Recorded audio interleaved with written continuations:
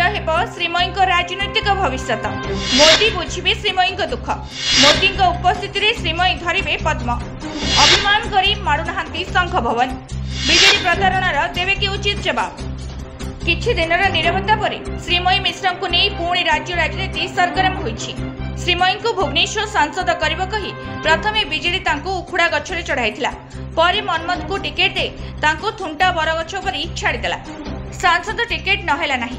विधायक प्रार्थीटीए हेबाकू आशा करथिले सेतक भी हेला नाही। केवल स्टार प्रचारक करी रखिदेला शंख दल। किंतु मळमळ सिने तारका आसी प्रचार करुथिले मध्य तांकर देखा दर्शन मिलुनी। तेज श्रीमयी को महिला संगठन दायित्व मिलवा नहीं कहुछि। हे तांको एही पद पदवी पासंगरे पड़िनी अबा से अभिमान करी शंख भवन दुआर मारुनाहांती। अन्यपटे बीजेपी टिकेट पाई श्रीमयी बेगुनिया बोलगढ़ आसन में लड़िबे बोली हईचई हेउथला। किंतु केउ अदृश्य कारण पाई पद्म पोखरी रे भी जागा मिलला नाही।